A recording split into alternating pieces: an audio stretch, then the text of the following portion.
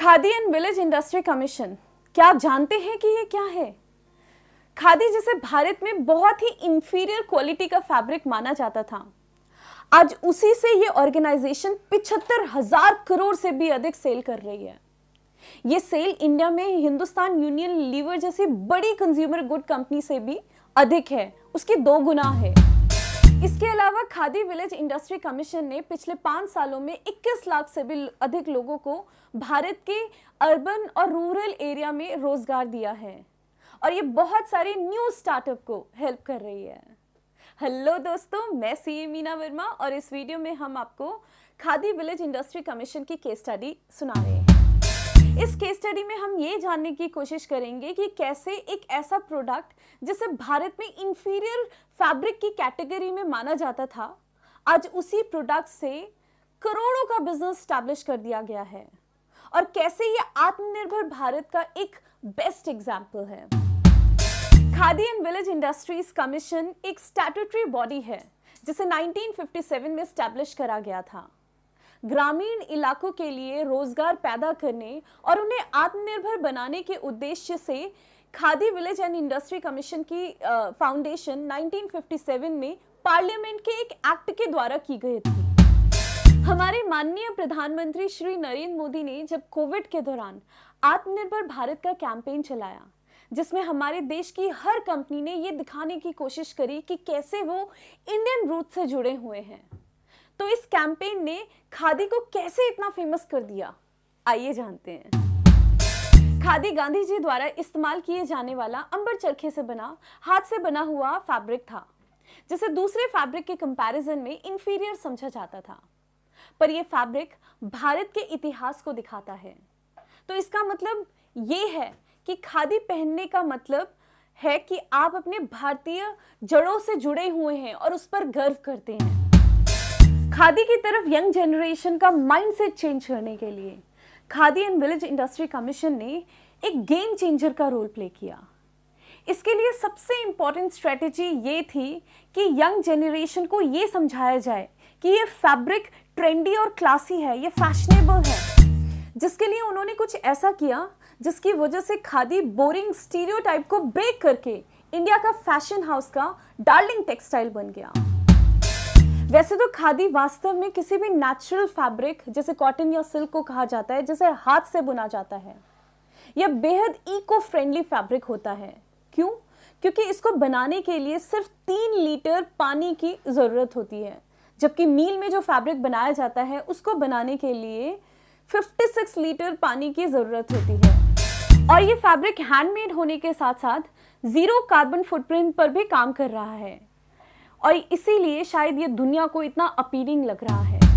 अब हम सभी ये जानते हैं कि पोल्यूशन किस तरह से पूरी दुनिया के इन्वायरमेंट को डैमेज कर रहा है और पूरी दुनिया की गवर्नमेंट किस तरह से अवेयरनेस प्रोग्राम चला रही है, जिसकी वजह से आज की यंग जनरेशन और कस्टमर को इको फ्रेंडली प्रोडक्ट प्रेफर करने लग गए हैं।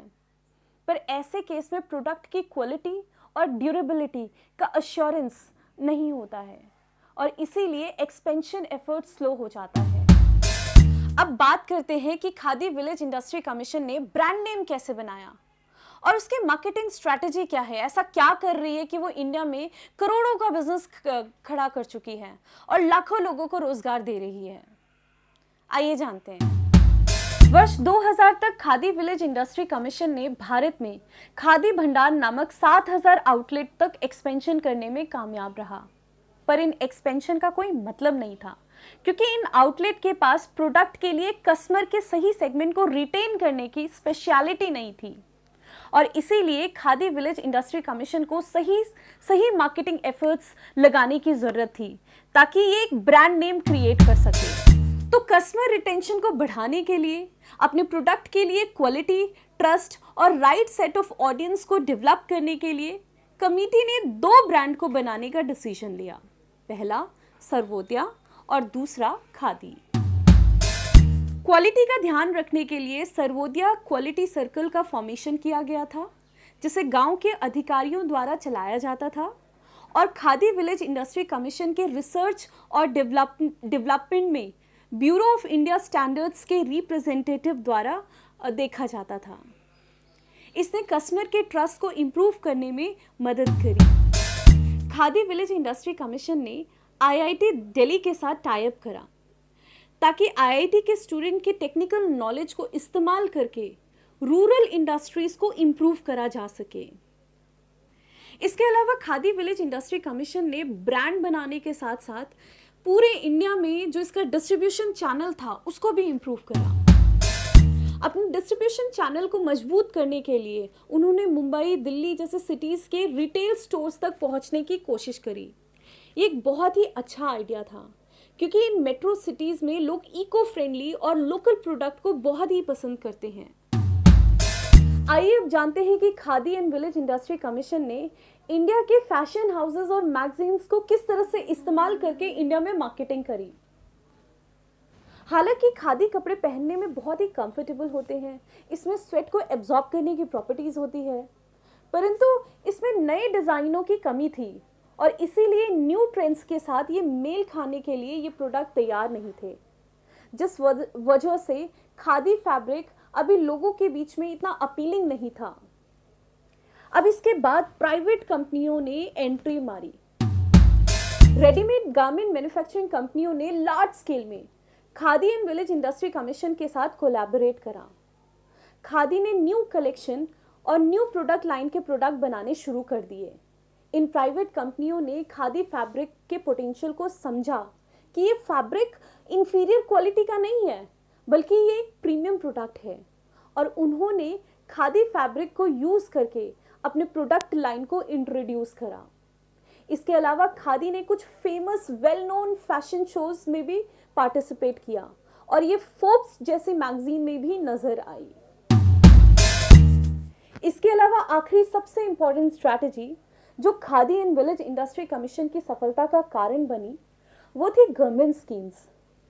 Prime minister employment generation programme scheme launch करी गई जिसने फाइनेंस, इंफ्रास्ट्रक्चर और बैंकिंग फैसिलिटीज को रूरल एंटरप्राइजेस तक पहुंचाने में मदद करी।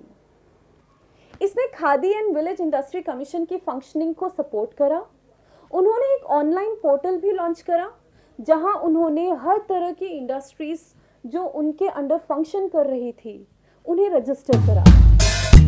और अब आपको ये जानकर हैरानी होगी कि khadi and village industry commission Bharat की सबसे बड़ी consumer good company Hindustan Unilever से भी अधिक रेवेन्यू अर्न कर रही है और ये लाखों लोगों को रोजगार दे रही है।